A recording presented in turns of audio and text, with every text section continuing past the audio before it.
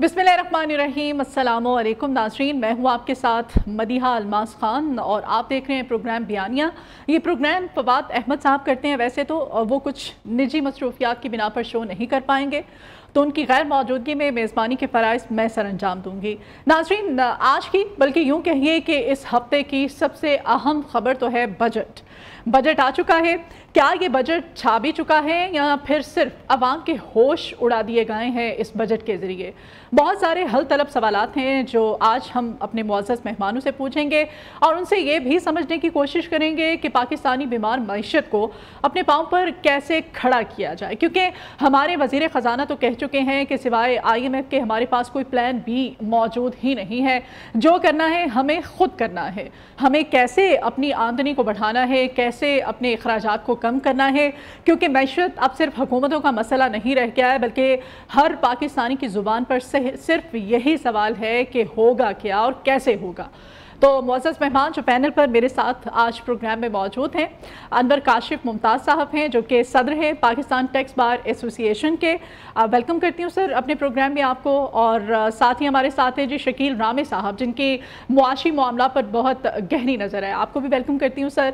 और इस्लामाबाद स्टूडियो से मेरे साथ होंगे डॉक्टर साजिद अमीन साहब। आप तमाम मुअज़्ज़ज़ मेहमानों को अपने प्रोग्राम में साथ देने के लिए शुक्रिया। और सबसे पहले सवाल की तरफ बढ़ते हैं और सवाल मैं पूछूंगी जी शकील रामे साहब से। रामे साहब, सबसे पहले ये बताइएगा, इस बजट में अदादोशुमार का ये जो गोरख धंधा है या फिर आम आवाम के लिए, सबसे पहले तो हम आसान अल्फाज में क्या रखा क्या गया है? आम जो आवाम है उनको क्या रिलीफ क्या दिया गया है? देखें, पहले तो आपको अवाम डिफाइन करनी पड़ेगी कि अवाम कहते किनको है हमारे पॉलिसी मेकर्स। अगर हम उनकी डेफिनेशन पे जाएं तो उनके लिए वही है कि जो उनकी अपनी क्लास है या गवर्नमेंट है या उनके साथ अटैच लोग हैं। मुझे तो लगता है इन्होंने भी अवाम की डेफिनेशन के लिए, जिस तरह वो ज्यूइश नहीं करते, जेंटाइल्स कंसिडर करते हैं अपने अलावा बाकी सारी दुनिया को, इसी तरह लगता है कि अमीर क्लास भी अपने आप को अवाम कंसिडर करती, बाकियों को नहीं कंसिडर कर रहे। अब इसमें अगर हम बात करें जी 20% इंक्रीज है, 25% इंक्रीज है सिमल्टेनियसली। दूसरी साइड पे तो आपको उसके साथ ही आपका वो आज तक इंक्रीज इनमें टैक्सेस में आ जाता है। अब गवर्नमेंट के मुलाजमीन को उसका जो असर पड़ना ही पड़ना है, वो प्राइवेट सेक्टर के जो मुलाजमीन है जिनको अभी ऐसा कोई पैकेज नहीं मिला कि जिनको उनकी तनख्वाह को बढ़ाया जा सके, जहाँ उसको जो क्या कहते हैं इन्फ्लेशन के साथ कंपनसेट किया जा सकता हो। डॉक्टर साजिद साहब बैठे हैं, ये भी एक प्राइवेट इंस्टीट्यूशन में काम करते हैं, ये भी बता सकते हैं कि इनको इन्फ्लेशन को कितनी एडजस्टेड इनकी तनख्वाह बढ़ाई गई है। तनख्वाह नहीं बढ़ाई जाती मगर जो टैक्स है वो बढ़ा दिया गया है। अब जो कि पहले 12 लाख पे था, अब 6 लाख पे आ गया, यानी कि जो मिनिमम स्लैब है। देखिए, ये जो प्रॉब्लम होता है उन इकोनॉमीज में, जिसमें एक तो ये है कि आपकी प्रोडक्शन बेस बड़ी कमजोर हो, दूसरा ये है कि आपका सारे का सारा जो फोकस चल जाए सिर्फ टैक्स पे। अब देखें, प्रोडक्शन बेस कमजोर है तो आपकी ना तो एक्सपोर्ट होगी, ना तो जॉब क्रिएशन होती हैं, ना आपका क्या लाइवलीहुड अपॉर्चुनिटीज पैदा होती हैं, ना बिजनेस चल रहा होता सही तरीके से। तो फिर आपके पास जो रह जाती है वो सैलरीड क्लास रह जाती है, जिस पर टैक्स देना है। जो आपका रहा हुआ बिजनेस होता है वो आपको ब्लैकमेल करता है। अगर हमें कंसेशन ना दी तो हम आपकी मार्केट से निकल जाएंगे। ये प्राइवेट सेक्टर का हमेशा से असूल है। आप देख लें, जहां उनको बेहतर मार्केट मिलती है वो वहां पर इन्वेस्ट करते हैं। पाकिस्तान में अगर देखी जाए तो हमारा जो कि प्राइवेट सेक्टर था, जब उनको यहाँ से सब्सिडीज मिलती है, टेक्सटाइल हो, तो आपको परफॉर्मेंस दिखा देता है कि ना सब्सिडी मिले तो उसकी इस दफा -8.3% आ गई है। फिर जब सब्सिडी से ये अर्निंग करते हैं, कभी इनका एनालिसिस करें कितने परसेंट ये पाकिस्तान में वापस लेके आते हैं पैसा, क्या वो कितना परसेंट ऑफशोर कंपनियों में जाता है। इनके साथ ही आप देखें तो फिर इसका यानी कि जो हमारा रिटायर्ड ब्यूरोक्रेट है, जज है, दूसरे जनरल है, इनका कितना फीसद पैसा पाकिस्तान में रहता है, कितना फीसद बाहर जाता है। तो इस सारे अमूर को हम देखते हैं तो हमारी जो कि इकोनॉमिक प्रोडक्शन साइड है या इन्वेस्टमेंट साइड है वो बड़ी कमजोर है। अब गवर्नमेंट के पास रह जाता है टैक्स करे लोगों को, वो कर रही है। इस वक्त हमें जो चीज की जरूरत है, और गवर्नमेंट के साथ बात करनी सिर्फ इस पे नहीं कि टैक्स कम करे, बल्कि उनको ये समझाने की बात है कि आपको टैक्स और नॉन टैक्स रेवेन्यू में एक बैलेंस क्रिएट करने की जरूरत है। जब तक आपके पास नॉन टैक्स रेवेन्यू नहीं होगा, आपके पास कोई अल्टरनेटिव नहीं है कि आप उसको टैक्स बढ़ाने के अलावा। जो हमें ये लिबरल इकोनॉमी का मॉडल पढ़ाते हैं जनाब, उस में देखें जिन्होंने ऐसे किया वैसे किया। तो राना साहब वो तो हमारे वजीर खजाना तो पहले ही कह चुके हैं ना, वो कह रहे हैं कि हमारे पास कोई प्लान बी, कोई ऑप्शन और तो है ही कोई नहीं है, सिर्फ IMF रह जाता है या फिर ये जो टैक्सेस की भरमार है। डॉक्टर साजिद अमीन साहब भी हमारे साथ हैं, आप माहिर मुआशरात हैं। डॉक्टर साजिद साहब, आप क्या इत्तेफाक करते हैं, आपको लगता है कि ये क्या मतलब जो जिस तरह से ये बजट पेश किया गया है, लाया गया है, अवाम का तो उन्होंने भुरकस निकाल के रख दिया है, तनख्वाहदार तबका पिस गया है, क्या रिलीफ क्या देने हैं ये अवाम को? और फिर एक तो दूसरी जानिब कहते हैं कि ऑप्शन नहीं है हमारे पास। जी बहुत शुक्रिया जी। मेरे ख्याल 2-3 चीज़ें हैं आपके जो सवाल में शकील साहब ने भी जिस तरफ इशारा किया। देखिए, ये पहले से तवक्को थी कि इस बजट का जो बुनियादी मकसद है वो IMF के प्रोग्राम को इंश्योर करना है, जो IMF के साथ हमारी गुफ्तगू चल रही है उसको ट्रैक पे रखना है। तो ये बुनियादी तौर पे एक कह लें कि एक प्री कंडीशन था या प्रायर था ये बजट, जिसको हम IMF की लैंग्वेज में कहते हैं। तो इसका बुनियादी मकसद जो था वो 2 तरह से IMF को कन्विंस करना था। कि एक तो ये कि हम फिस्कल कंसोलिडेशन लेके आएंगे, हम ज़्यादा रेवेन्यू इकट्ठा करेंगे, फिस्कल डेफिसिट्स को कम करेंगे। उसी सिलसिले में आप देखते हैं कि 12.97 ट्रिलियन का जो रेवेन्यू टारगेट रखा गया है, जो बहुत मुश्किल होगा अचीव करना। 40% का ग्रोथ रेट है ईयर ऑन ईयर बेस पे। दूसरा बेसिकली ये था कि वो चीज़ें जो IMF कह रहा था कि आपको अनडॉक्यूमेंटेड इकानमी को ख़त्म करना है, आपको जो है ना वो टैक्स नेट में लाना है लोगों को, वो बुनियादी तौर पे दिखाना था IMF को। तो हम 3 तरह से मुझे लगता है इस बजट को इस कॉन्टेक्स्ट में देख सकते हैं कि क्या इसने डिलीवर किया कि नहीं डिलीवर किया। जो IMF की कंडीशंस थी उस हवाले से इस प्रोग्राम ने डिलीवर किया है, इस बजट ने। और बहुत हद तक जो मुतालबात थे IMF के वो इस बजट के अंदर हमें नज़र आते हैं। टैक्सेस को बढ़ाना, सब्सिडीज़ को कम करना, रेवेन्यूज़ को बढ़ाना, डेफिसिट को कम करना, वो नज़र आते हैं उसमें। VN की हद तक जो 2-3 अच्छी बातें हुई हैं जो आगे चल के ज़ाहिर है जिनका थोड़ा सा हमें टाइम लगेगा, कि जो टैक्स इक्विटी है कि हर एक को अपनी इनकम के मुताबिक टैक्स देना चाहिए, ख़ासकर जो एक्सपोर्टर्स को आप लाए हैं टैक्स नेट के अंदर, वो है। अनडॉक्यूमेंटेड इकानमी को ख़त्म करना, उसकी तरफ जो है जो फाइलर्स और नॉन फाइलर्स के दरमियान एक बहुत सख्त टैक्सेशन लाई गई है, वो मुझे लगता है खुशाइंद है अगर वो इम्प्लीमेंट उसके ऊपर हो सके। एक तबका जिसको इसमें से कुछ नहीं मिला है वो आम आदमी है, और वो शायद वो तवक्को भी थी कि ये गवर्नमेंट शायद कुछ नहीं दे पा रही होगी आम आदमी को उसके अंदर। वहाँ मुझे लगता है गवर्नमेंट ने 2 काम करने की कोशिश की है। एक तो ये है कि जो मिडिल क्लास है आपकी, उसके ऊपर जो है वो बर्डन शिफ्ट करने की कोशिश की गई है, सारे का सारा बर्डन। क्योंकि अगर हम देखें तो जो गरीब तबका, जी उसमें ये था कि अगर आप गरीब तबका देखें तो वो GST की मद में अपनी आमदन का बहुत सारा हिस्सा ऑलरेडी दे रहा था। 18% GST हर चीज़ के ऊपर है। इसी तरह जो बहुत टॉप क्लास तबका था वो शायद जो हाई सैलरी है 35% का जो टैक्स रेट है कहीं ना कहीं उसके अंदर था। तो गवर्नमेंट को शायद ये लगा है कि जो मिडिल क्लास है वो कहीं अंडर बर्डनड है। तो उसकी रोशनी में उन्होंने जब स्लैब्स को चेंज किया है तो वो सारे का सारा बर्डन अगेन जो है वो सैलरीड क्लास के ऊपर जो है वो शिफ्ट कर दिया गया है। और इसमें एक जो बड़ी इंटरेस्टिंग बात हुई है, शायद गवर्नमेंट उसको रीथिंक थ्रू कर रही होगी, कि हमने 25% सैलरी इंक्रीज़ की है जो 1 से 16 स्केल तक के लोग हैं, लेकिन उनमें बहुत सारे लोग नए स्लैब में गए हैं और शायद उनको नेट लॉस हो रहा होगा, उनको उतना मिला नहीं होगा जितना नए स्लैब में आने से उनका टैक्स लग गया होगा। और दूसरी तरफ अगर आप देखते हैं तो जो लोग ऑलरेडी हाई टैक्स स्लैब में थे, बढ़ जाएगी ना उनकी, तो जैसे तैसे आज नहीं तो कल उनका तो बढ़ जाएगी सैलरी। जो तनख्वाहदार तबका है, जो मिडिल क्लास तबका है, जो सरकारी मुलाजमी नहीं है, उनकी बात हो रही है, सारे का सारा बोझ तो उन पे डाल दिया गया है। फिर आप बात करें फाइलर और नॉन फाइलर की, इस पर बात करें कि शरह ख़वानगी जो है हमारे यहाँ बहुत कम है, तो फिर ये नॉन फाइलर और फाइलर की रट जो है इसको किस तरह से ख़त्म किया जा सकता है? सारे का सारा फोकस जो है वो तो टैक्सेस पर इन्होंने अपना लगा दिया है। जी एग्जैक्टली, मैं तो बार बार ये कह रहा हूँ कि इस जो बजट आया इसका एक बुनियादी मकसद है सिर्फ रेवेन्यू टारगेट्स को पूरा करना। और अगर आप उसे हट के भी देखें तो इवन जो रिफॉर्म्स जिसका वादा हो रहा था, चाहे वो टैक्स फाइलर को लाना है या नहीं, उस पर भी हमें को बहुत ज़्यादा इस्तेलाहात या रिफॉर्म्स नज़र नहीं आती हैं। तो गवर्नमेंट का, मैं तो कह रहा हूँ कि जो अगर आप इस बजट को 2 हिस्सों में तकसीम कर दें, जो पहले 20 मिनट की जो तकरीर थी वो बहुत अच्छी थी, उसमें बहुत सारे वादे थे, बहुत सारी अच्छी चीज़ें थी, बट जब उसकी एप्लीकेशन की साइड आई है तो शायद ये एक आम बजट जो पहले आते रहे हैं हमारे, जहाँ जो बोझ है वो आम आदमी पे जाता है और उसको सिर्फ और सिर्फ थोड़ा सा सोशल सेफ्टी नेट्स, जैसे बात हो रही है कि बिस्प में हमने 500 शायद 90 बिलियन के करीब कर दिया है, लेकिन अगर आप उसको इन्फ्लेशन से भी एडजस्ट करते हैं तो ये को बहुत ज़्यादा इंक्रीज़ नहीं है। बहुत सारे नए लोग जो हैं वो सतह गुर्बत से नीचे चले गए हैं। वो लोग जो बिस्प के नेट में नहीं आते उनके लिए इस बजट में कुछ नहीं है। उनके लिए जो मुश्किलात हैं वो शायद पहले से बढ़ सकती हैं इसके अंदर, क्योंकि अगर हम एक बहुत सख्त IMF प्रोग्राम में जा रहे हैं तो ये साल जो है वो शायद पिछले सालों की निस्बत भी मुश्किल हो सकता है। आमदन और रोज़गार के मौके जो हैं वो शायद कम हो सकते हैं।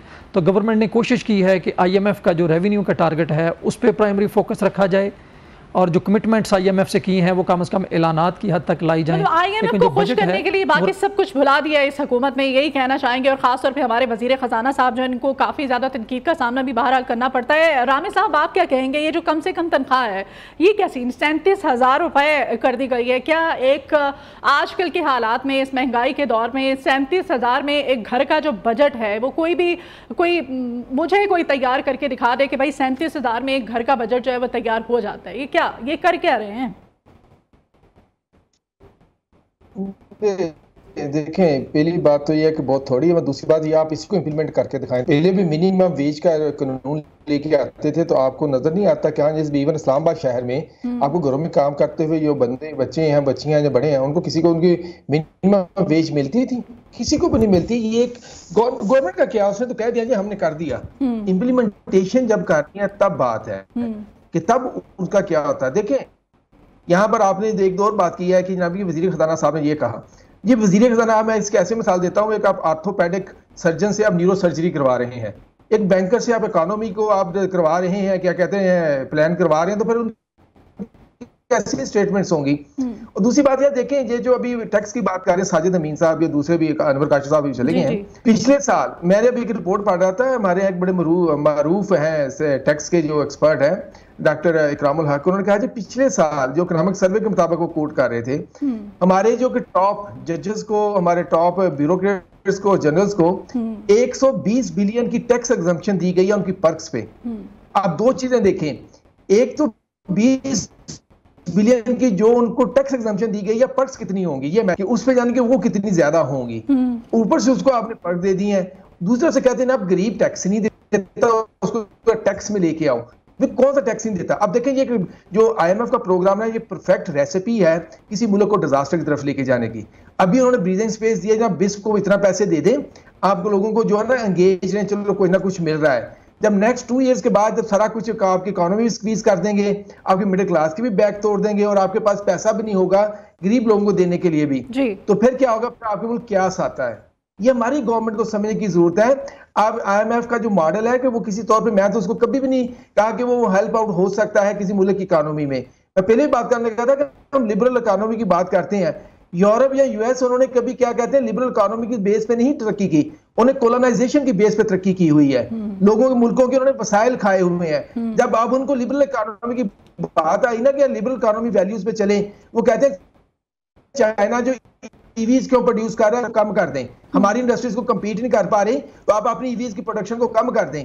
जब दूसरे मुल्कों को कहते हैं जब मार्केट खोले, लिबरल इकोनॉमी तो ऐसे ही चलती है। IMF हमें यही दर्श देता है ना कि आप अपनी इकोनॉमी को खोल दें, जिसका जो आता आने दें। साजिद साहब भी बैठे हैं, और IMF ने ये तो हरगिज़ नहीं कहा, रामे साहब भी बिल्कुल भी नहीं कहा है कि आप अपने अखराजात को कम ना करें, अपनी शाहाना जिंदगी आयाशियाँ करें आप अवाम के पैसे से, इन टैक्सेस के पैसे से, और अवाम पर सारा बोझ डाल दें। यहीं से प्रोग्राम का दोबारा से आगाज़ करेंगे। अभी एक ब्रेक लेते हैं, ब्रेक के बाद दोबारा हाजिर होंगे। नाज़रीन आप हमारे साथ रहिए। वेलकम बैक नाज़रीन। और मौजूद मेहमान जो पैनल पर मेरे साथ हैं, शकील रामे साहब हैं, डॉक्टर साजिद अमीन साहब हैं, माहिर मुआशरात हैं। और बेसिकली आज के इस प्रोग्राम में हम जानने की कोशिश कर रहे हैं कि ये जो बजट हुकूमत की जानिब से पेश किया गया है, इस बजट में एक आम आदमी के लिए क्या रखा गया है। और अनवर काशिफ साहब ने भी हमें ज्वाइन कर लिया है। बहुत शुक्रिया अनवर काशिफ साहब अगेन आपके वक्त के लिए। अनवर काशिफ साहब, टैक्स की हम बात कर रहे हैं, दूसरी जानिब हुकूमत की जानिब से एक ये भी रट लगाई जा रही है मुसलसल कि हमें अपनी जो ग्रोथ रेट है उसको भी बढ़ाना है। टैक्सों की भरमार और दूसरी जानिब ग्रोथ रेट किस तरह से मुमकिन होगा, ये किस तरह, क्या कहेंगे इस पे आप? देखें, जो बहुत से हमारे दूसरे पैनलिस्ट जो एक बात कह रहे थे कि IMF का बजट क्यों लिया, IMF से क्यों लिया, बात यह है कि हम उनसे कर्जा लेने जा रहे हैं, हम उनके साथ मुआहिदा करने जा रहे हैं, तो हमें उनकी टर्म्स और कंडीशन माननी पड़ेगी।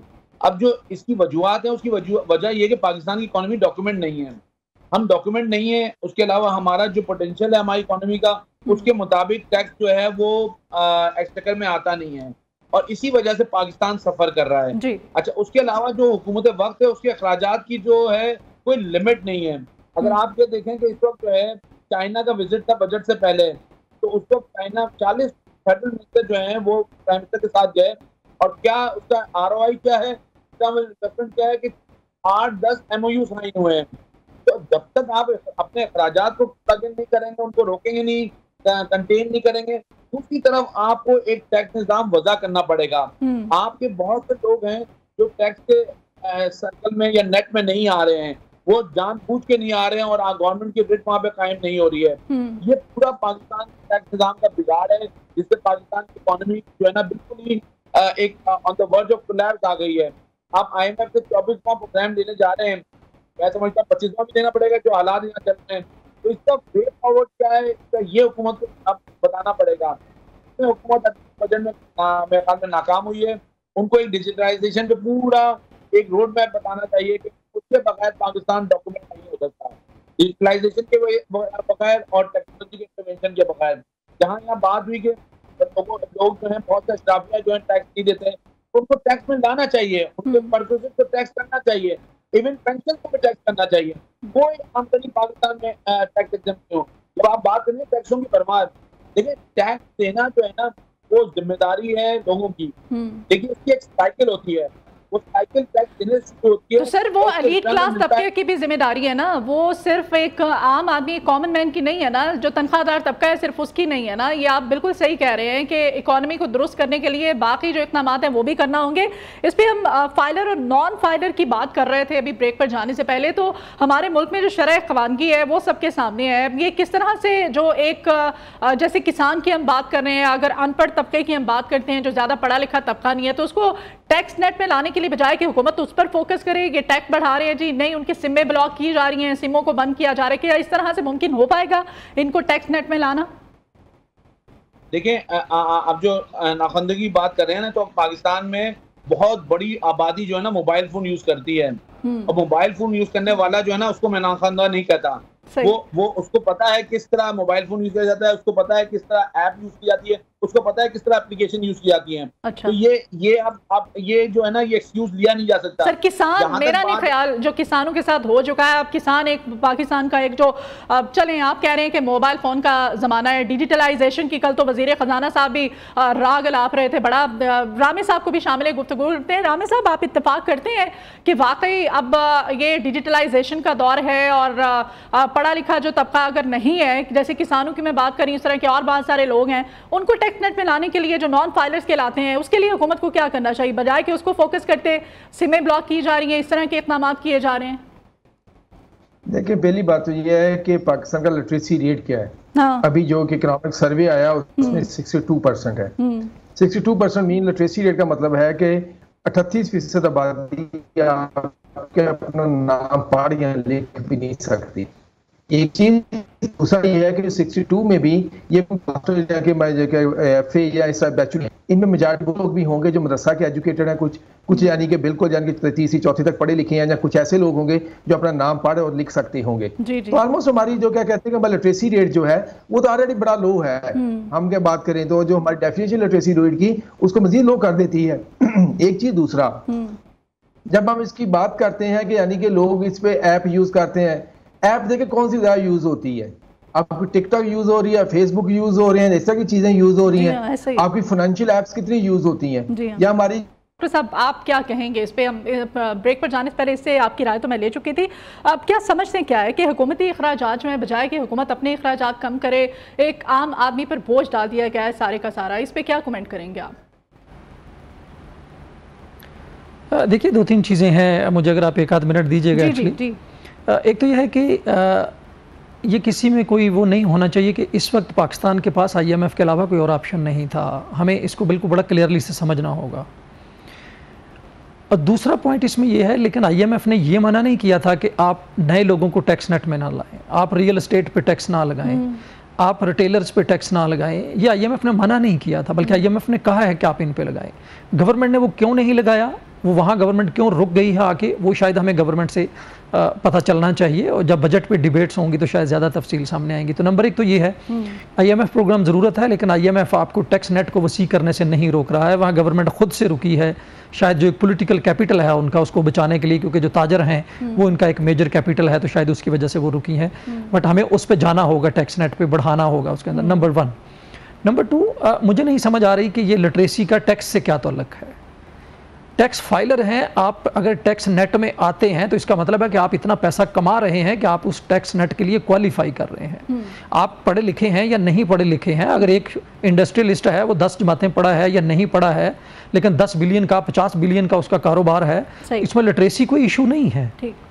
हमें गवर्नमेंट को फोर्सफुली लोगों को टैक्स नेट में लाना होगा। गवर्नमेंट उसमें फेल हो रही है बार बार, इसीलिए पाकिस्तान का प्रॉब्लम यही है कि वो लोग जो टैक्स नेट के अंदर हैं उन्हीं पे बार बार टैक्स का बर्डन आ रहा है। तो ये एक्सक्यूज़ नहीं होगा कि कोई लिटरेट है या लिटरेट नहीं है। आप इंग्लिश, इंडिया, बांग्लादेश सब में चले जाएं, कोई भी टैक्स अपनी खुशी से नहीं देता है, चाहे वो पढ़ा लिखा है, बल्कि पढ़े लिखे लोग कम टैक्स देते हैं। पाकिस्तान का प्रॉब्लम ये नहीं है कि अनपढ़ आदमी टैक्स नहीं दे रहा, प्रॉब्लम यह है कि पाकिस्तान का पढ़ा लिखा आदमी भी टैक्स नहीं दे रहा। हमें से कोई भी टैक्स नहीं देना चाहता है, उसके अंदर सिर्फ वो देता है जिनका विद होल्डिंग टैक्स कट जाता है। तो बड़ी क्लैरिटी से गवर्नमेंट को चाहिए कि आप बर्डन आम आदमी पे ना डालें जो पहले से टैक्स दे रहा है। अच्छा। आप उन लोगों को टैक्स नेट में लाएं जो टैक्स नहीं दे रहे हैं, तो उसमें लिटरेसी का कोई ऐसा प्रॉब्लम जो है वो नहीं होना चाहिए। अभी बात ये हो रही थी कि हुकूमत अपने अखराजात को भी कम करें, अपनी ये जो शाहाना लाइफ है, ये जो आवाम के टैक्स का पैसा है, ये इस तरह से ना ज़ाया किया जाए, ये भी तो करना चाहिए ना हुकूमत को। जी बिल्कुल, हमारे यहाँ आपने बड़ा अच्छा सवाल ये पूछा, क्योंकि हमारे यहाँ जो बात होती है वो रेवेन्यू पे तो हो जाती है, एक्सपेंडिचर्स पे कम होती है। एक तरफ गवर्नमेंट कह रही है कि हमारे पास पैसे नहीं हैं, लेकिन अब भी हमने 75 बिलियन की प्रोजेक्ट रख दिए हैं पार्लियामेंटेरियंस के लिए, जो पॉलिटिकल बेस पे दिए जाएंगे। इसी तरह गवर्नमेंट चूंकि एक वीक कोएलिशन में है, वो डिपेंडेंट है अपने पार्टनर्स के ऊपर, उसकी वजह से बहुत सारे जो सूबों के प्रोजेक्ट हैं वो गवर्नमेंट ने अपने सर ले लिए हैं, हालांकि इनके पास पहले ही कुछ नहीं बचता है 57% देने के बाद। तो गवर्नमेंट को बड़ी क्लैरिटी के साथ अपनी जो एक्सपेंडिचर्स हैं उनको रैशनलाइज करना होगा। इसी तरह ये भी कहा जा रहा है कि हमारे पास फिस्कल स्पेस कम है, लेकिन कैबिनेट को बढ़ाने की बात हो रही है कि शायद बजट के बाद उस कैबिनेट को बढ़ाया जाएगा। प्राइवेटाइजेशन की बात हो रही है, लेकिन गवर्नमेंट ने बजट के अंदर जो उसके टोटल पैसे रखे हैं वो 30 बिलियन सिर्फ रखे हैं। इसका मतलब है कि गवर्नमेंट खुद भी कोई बहुत बड़ी प्राइवेटाइजेशन से कोई ऐसी रिसोर्सेज जो है वो एक्सपेक्ट नहीं कर रही है उसके अंदर से। और फाइनली बात, अगर आप मुझे 30 सेकंड की इजाजत दे दें, आपने जीडीपी ग्रोथ रेट की बात की थी। एक ऐसा मुल्क जहां पे 2.5% पॉपुलेशन का ग्रोथ रेट हो, वहां 3.6% का ग्रोथ रेट अगर अचीव भी हो जाए तो वो कोई बहुत बड़ी बात नहीं होगी। लेकिन इस वक्त 4 टारगेट ऐसे हैं जो गवर्नमेंट ने रखे हैं जो चारों एक वक्त में पूरे नहीं हो सकते। अगर गवर्नमेंट रेवेन्यू टारगेट्स पे जाएगी जो 12.97 ट्रिलियन का है, तो उनका ग्रोथ का टारगेट अचीव करना बड़ा मुश्किल हो जाएगा। इन्फ्लेशन थोड़ा बढ़ सकता है, 12% की बजाय 15 से 18% की रेंज में जाने की तवक्को है, जो हाईएस्ट होगा रीजन के अंदर। और हमारा करंट अकाउंट डेफिसिट मुझे लगता है कि गवर्नमेंट ने अंडर बजट किया है। वो जो ही आप 3.6% ग्रोथ रेट पे जाएंगे तो आपकी एक्सपोर्ट्स तो शायद उस तरह से नहीं बढ़ेंगी, लेकिन इंपोर्ट्स बहुत तेज़ी से बढ़ेंगी, जिसका जो करंट अकाउंट डेफिसिट है उसके ऊपर जो प्रेशर आ सकता है। तो ओवरऑल ये सिचुएशन है जो इस बजट के अंदर है। तो गवर्नमेंट को बड़ा मुश्किल होगा इस बजट को सही मानों में इम्प्लीमेंट करना।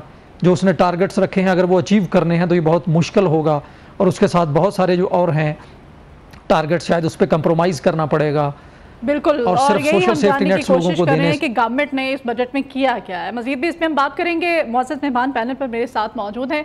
प्रोग्राम में भी एक ब्रेक लेनी है, ब्रेक के बाद दोबारा हाजिर होते हैं। नाज़रीन, आप हमारे साथ रहिए। वेलकम बैक नाज़रीन। और शकील रामी साहब से मैं जानना चाहूँगी, रामी साहब एक बड़ी जो रकम है IPPs की मद में वो भी गई है, क्या आप नहीं समझते कि IPPs को जाने वाली ये जो रकम है इसमें हुकूमत जो है वो मुजरिम नहीं लगती आपको? ये रकम किस मद में गई है, इस पे क्या कमेंट करेंगे आप? देखिए, ये जो अल्फाज हैं ये आप तो यूज़ कर सकते हैं, हम तो इसको एज एनालिस्ट देखेंगे। ये देखिए, ये जो IPPs का था शुरू दिन से ये एक यानी कि क्या लॉस किस्म की प्रोपोजिशन थी कि जिसमें आपने ये IPPs ने ना सिर्फ पाकिस्तान में सर्कुलर डेट का मसला पैदा किया है, बल्कि इसने हमारी इंडस्ट्री को भी तबाह करने में बड़ा हिस्सा। इंडस्ट्री को जो इलेक्ट्रिसिटी की जो प्राइस है वो वक्त के साथ बढ़ती गई, जिसकी वजह से जो हमारी प्रोडक्टिविटी और हमारी कॉम्पिटिटिवनेस थी उस पर असर पड़ा, जिसका लोगों ने इंडस्ट्री को जाने के कहने लग पड़े कि हम एक्सपोर्ट नहीं कर सकते। दूसरा, ये इतनी लिक्विडेटिव थी यानी कि इन्वेस्टमेंट IPPs में कि इंडस्ट्रियलिस्ट ने सोचा छोड़ो यार दूसरी इंडस्ट्री में क्या करना, इसमें जाओ। अब देखो ना आईपीपी कंट्रीज हैं, जब लास्ट गवर्नमेंट ने ये कोशिश की कि हम आपका इंडस्ट्री का हीट टेस्ट करते हैं तो हम आपकी ताकि कैपेसिटी जांच सकें, तो किसी इंडस्ट्रियलिस्ट ने वो होने, किसी आईपीपी ने वो होने नहीं दिया, और किसी ने उसको होने ही नहीं दिया, क्योंकि आईपीपी स्किन के, आपको पता है कि आप सहाफी हैं, आपको बेहतर पता है किन के हैं।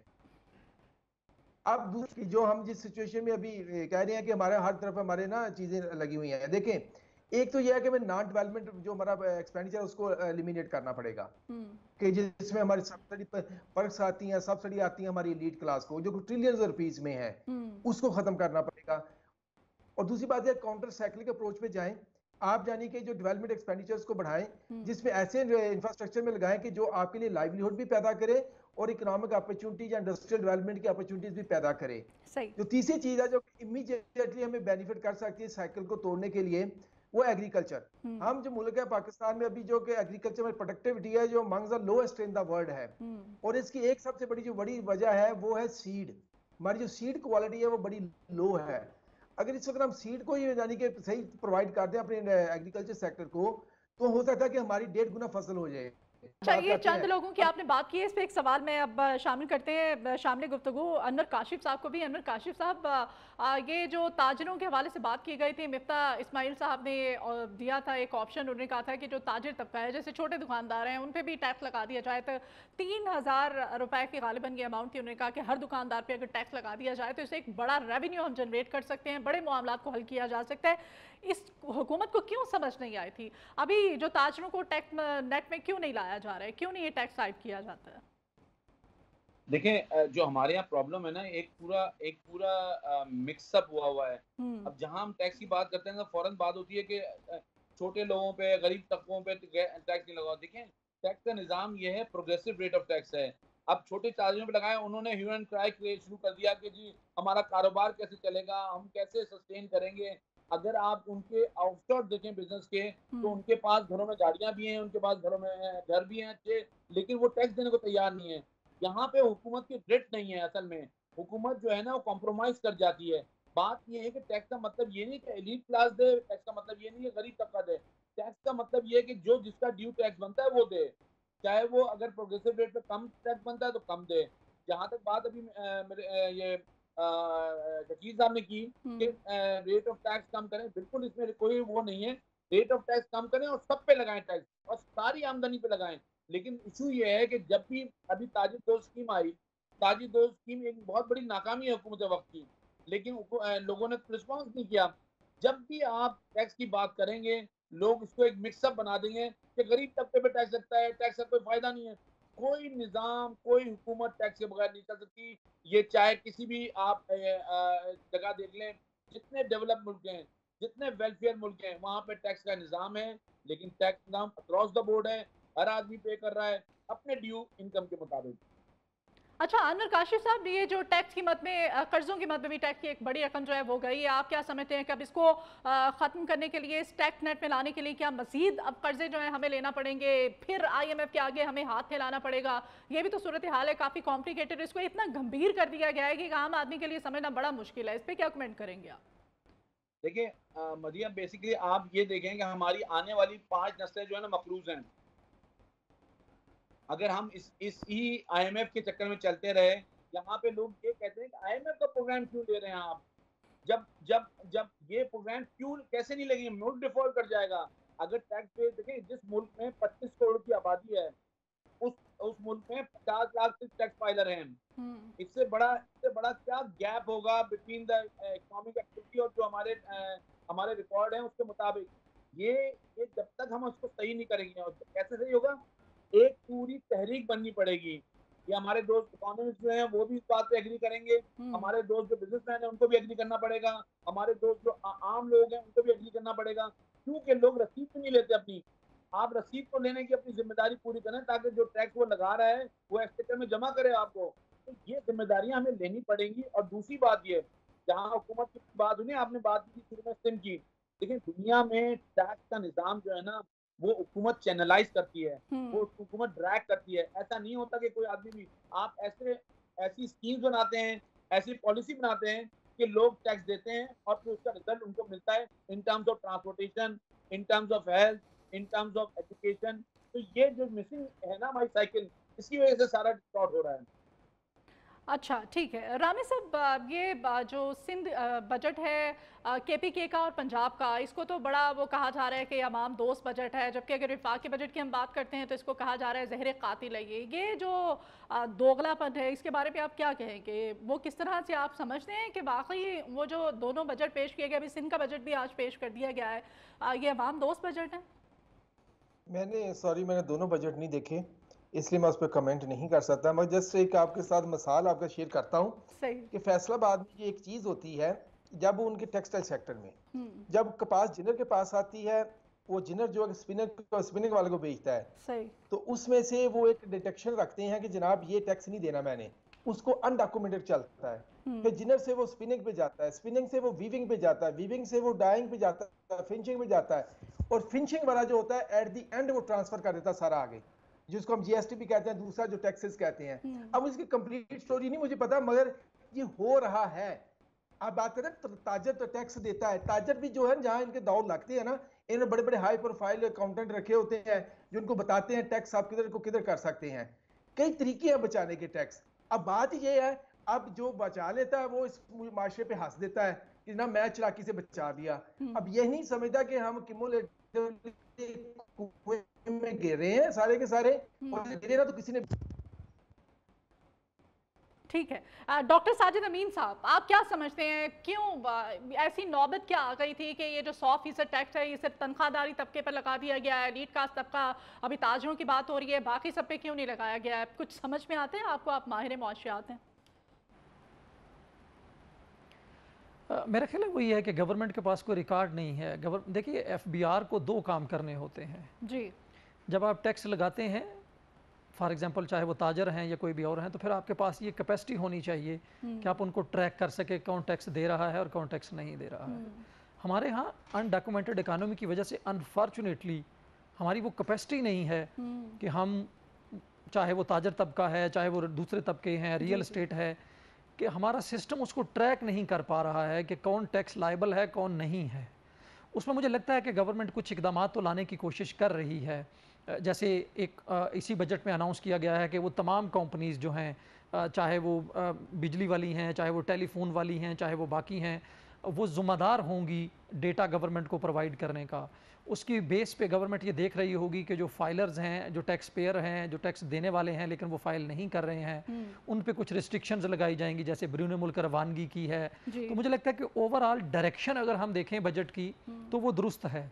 हमें अनडॉक्यूमेंटेड इकानमी को ख़त्म करना है, हमें ये जो फाइलर्स का और नॉन फाइलर्स का लफ्ज़ है, जो नॉन फाइलर्स का, इसको ख़त्म करना है, क्योंकि या तो लोग टैक्स देने वाले हैं या नहीं देने वाले हैं। ये नॉन फाइलर्स की तफरीक हमें ख़त्म करना होगी। इसकी तरफ कुछ इकदाम जो हैं वो लिए गए हैं। सवाल सिर्फ वहीं पे आ रहा है कि गवर्नमेंट कह के रुक रही है, उससे आगे जा नहीं रही, इकदाम सही तरह से ले नहीं पा रही। देखना होगा कि गवर्नमेंट अगले 3 महीने में ये आइडिया हो जाएगा कि क्या ये बजट गवर्नमेंट इंप्लीमेंट कर पाएगी या नहीं कर पाएगी, जो चीज़ें अनाउंस की हैं, खासकर टैक्स नेट में लोगों को लाने के लिए। और हम फेल होते आए हैं, और लगता यही है कि अगर हमने अपनी कैपेसिटी जो ट्रैक करने की है, लोगों को जो पकड़ने की कैपेसिटी है, उसको बेहतर नहीं किया, तो शायद हम उसी तरह से अगले साल भी बर्डन जो है वो आम आदमी के जो एक सैलरी वाला है उसी पर डाल रहे होंगे। वही लोग जो ऑलरेडी टैक्स नेट के अंदर हैं उन्हीं पे बट डाल रहे होंगे, क्योंकि ये इजी कम टैक्सेस हैं, आसान लगाने वाले टैक्सेस हैं। या फिर हम जीएसटी, अब जीएसटी में देखें गवर्नमेंट ने क्या किया है जी, कि डायरेक्ट तो नहीं बढ़ाया 18 से 19%, क्योंकि उस पर प्रेशर आ रहा था, लेकिन जो जीएसटी बहुत सारी एग्जेम्पशंस थी उनको ख़त्म कर दिया है। उसका एक अपना इम्पैक्ट जो आएगा बहुत सारी चीज़ों के ऊपर, और वो भी देखना होगा कि उसका क्या इम्पैक्ट। ओवरऑल अगर इसको हम समअप करें आज की सारी डिबेट को, तो ये कहा जा सकता है कि तनख्वाहदार तबके पर सारे का सारा हुकूमत की जानिब से बोझ डाल दिया गया है इस टैक्स में। अभी जो टैक्स पेश किया गया है और ये जो टैक्स नेट का दायरा कार है, अब ये हुकूमत वक्त के गले की हड्डी बन जाएगा। अभी सूरत हाल को मद्देनजर रखते हुए यही नजर आ रहा है। मुअज़्ज़ज़ मेहमान जो पैनल पर मेरे साथ हैं, शकील रामी साहब, अनवर काशिफ साहब, डॉक्टर साजिद साहब, आप सबका बहुत शुक्रिया। इस प्रोग्राम से नाज़रीन मुझे इजाज़त दीजिए, अपना ख्याल रखिएगा। अल्लाह।